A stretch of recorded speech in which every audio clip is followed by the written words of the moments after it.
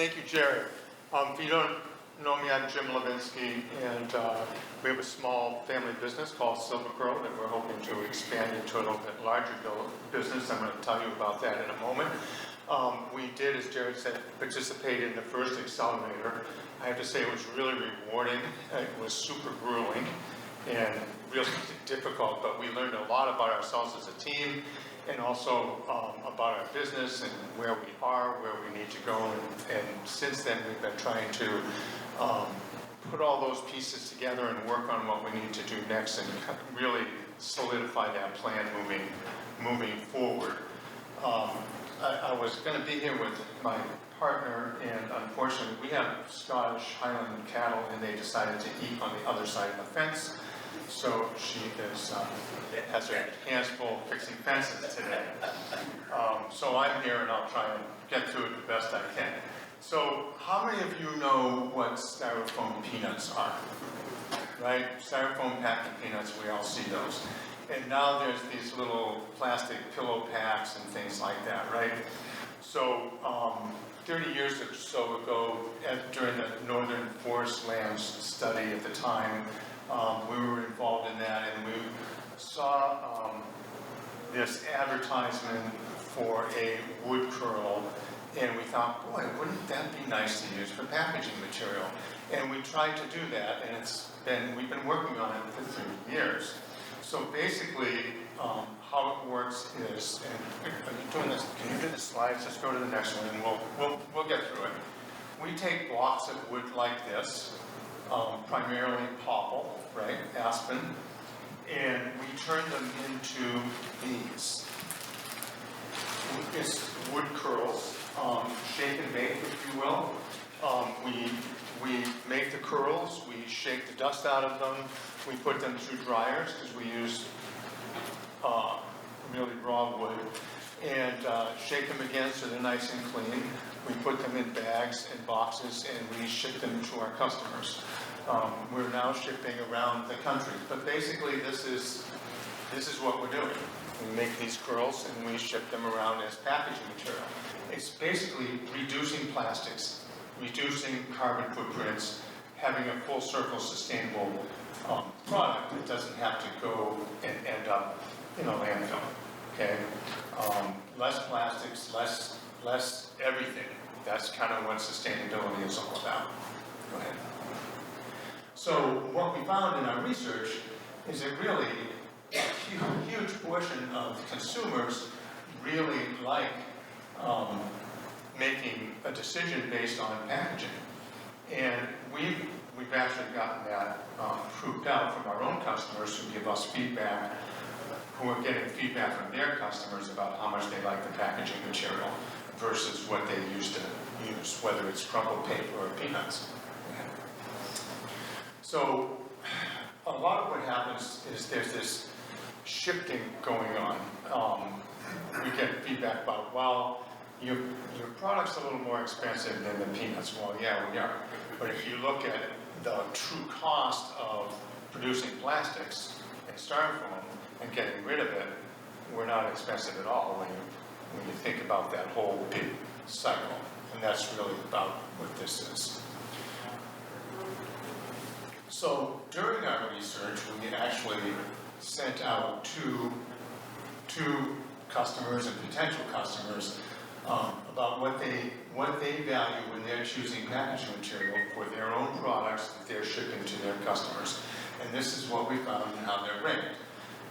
From sustainability, attractiveness, which has to do with unboxing experience. So if you get a package in the mail and you open it up, and if it's got a bunch of junk in it, what do you think about that? What's that tell you about the person that you're buying or the company that you're buying from? Performance has to do with how well it protects the product and shipping.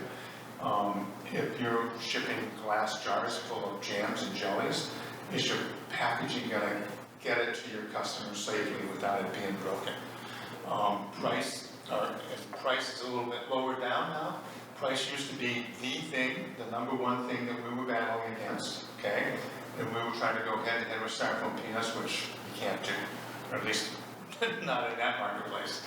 And then disposal we ask about too. It's lower on the list, but we have found that as people understand, if you get a box of wood shavings, you can put them under your shrubs, you can put them in your compost, you can throw them in your garden. They don't have to go to the landfill. Okay. So the packaging market, if I put my packaging hat on, not my wood product hat, it's huge. And this is the sustainable packaging, the products we showed you before. It doesn't include styrofoam peanuts. It's a huge global market. We're trying to focus primarily on in New England, finding customers in New England to use our product. We feel we can reach them right now without having to do anything special or anything more than we have to do right now. So this is kind of what our target market looks currently. We have a lot of companies in the specialty food market, gift boxes, those kinds of things. Our research showed us that there's over 800 producers who are registered somewhere that we can easily find and target as new customers. So we feel we're in the sustainable packaging market, and basically for these reasons. We're a natural wood product. We don't have any chemicals added. It's easy to dispose of. We have a really good conversion rate. Basically, we have 1 cubic foot of these. We turn into 2.5 cubic foot of the curls. So it expands up larger. We like that we support the forestry industry in Vermont where we live. It's a local business. We like that feel, and that's what we really want to do. So we do have truckload customers, and it's interesting because we still, to this day, get people ask us, well, you cut down trees to make this. Well, full disclosure, we do. As everyone in this industry does, right? So we have to. But, regular sized popple trees, right? You see them, they don't grow that long, right? They grow for 30 years or so, they get pretty big and they fall down. So we try and get them before they fall down. And, 8 pretty good sized popple trees, we can make a truckload of packaging curls. So this is our basic business model. We really wanted to put it in here just because we felt really good about being able to do this during the Accelerator. And it really helped us out a lot. Because the piece across the top is really what we're doing. We need to work with loggers who saw the logs out. We have a local mill who cuts these for us. And it's just a bandsaw mill at this point. He delivers these in crates to us, and then our process is to make the curls, and then we ship those out all over the place. And the end user then can reuse these curls in a bunch of different ways besides having them, go to the landfill. So currently, we're still at a startup stage. And we've gone up and down over the years. We've been doing this about 30 years. We were going great guns for a while. We ran into some shipping issues. We've been able to overcome those shipping issues, and now we're ready to expand. And actually, during the Accelerator, this really helped us to focus on, what's our vision? Where are we now? What are we going to move towards? And those are the questions that we're still answering as we kind of gear back up. So, during the pandemic, y'all remember the pandemic, right? It was not that long ago. We were all at home, stuck at home. We were getting these checks from the federal government, and we were all shopping online. And so everybody was buying stuff online, right? So normally our season is from like now through the end of the year through January. That's when everybody buys stuff for Christmas and everybody's shipping stuff, right? Well, during the pandemic, what happened was it didn't stop. It just continued straight through. So we thought, okay, we can do this. We just need to find more customers. So we've identified some things. These are some things that we really need to focus on in order to continue to ramp up to where we'd like to go. So the biggest thing for us right now that we've identified that is hard for us because we're not trained marketing and salespeople, right, is the whole identifying and developing qualified leads, okay? One of the other things that's happened is, when the internet started, so I date myself, pre-internet, okay? The internet started, you could make a website, and it kind of leveled the playing field, right? You could go head-to-head with really big companies like Uline, everybody knows Uline, right? Simply because you could have a website and you could manipulate your keywords so that you were high, somebody typed in packaging, you would be right up there on top, right? Well, that's not the case anymore. So one of the things we're doing now, we had to hire someone who does SEO, search engine optimization, and really looking at our website, how's it going to work better so we can attract more customers? Because if we get qualified leads, we can close sales. That's not hard. Finding the qualified leads is the hard part. If we want to get into bigger companies, you have to find the right people who are going to make the decisions, and that takes a lot of work to get there. So, that means hiring professional marketing and salespeople who can help us do that.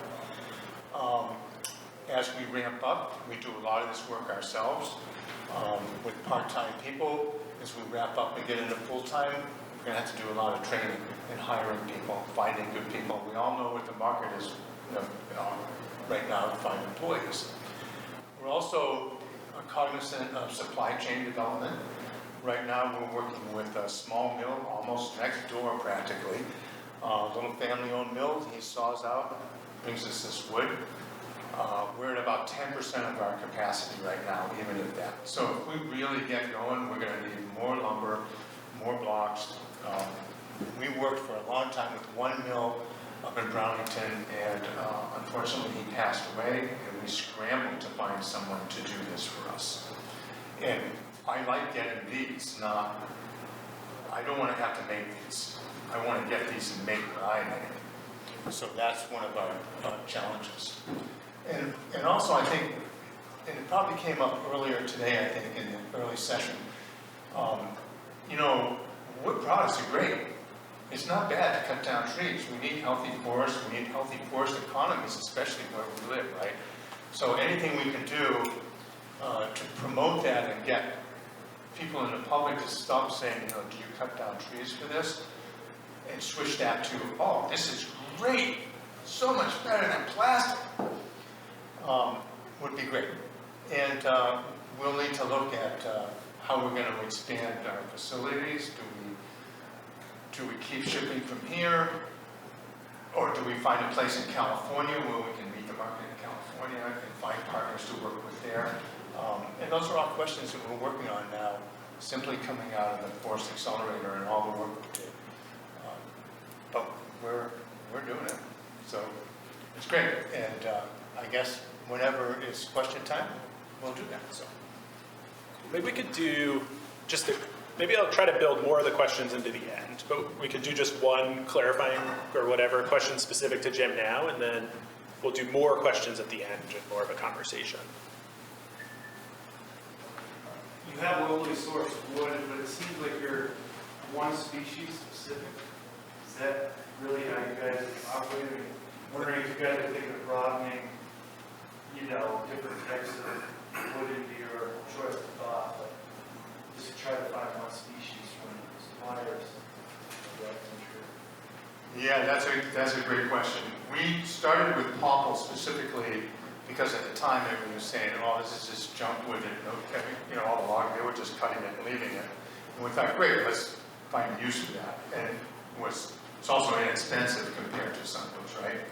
So mostly it's called popple locally. My understanding is poplar, also aspen. We do get some basswood mixed in. Soft hardwoods is what we've been using. Some of the advantages as a packaging material are that It's very consistent in color. It's pretty lightweight. It retains its shape pretty well. And it doesn't have a lot of odor like pine or, cedar, things like that. We have a lot of food products companies that we work with. So if you're thinking Jasperville cheese or Cabot Creamery, they're shipping their product. They don't want to necessarily have it smell like too much food products. So it's been working well for those reasons. But pretty much anything that's not a really hardwood would work fine. Jim, this will be brief. I think your choice of poplar is brilliant. It is the lowest common denominator in the forest, and it's plentiful. And it's all over our state.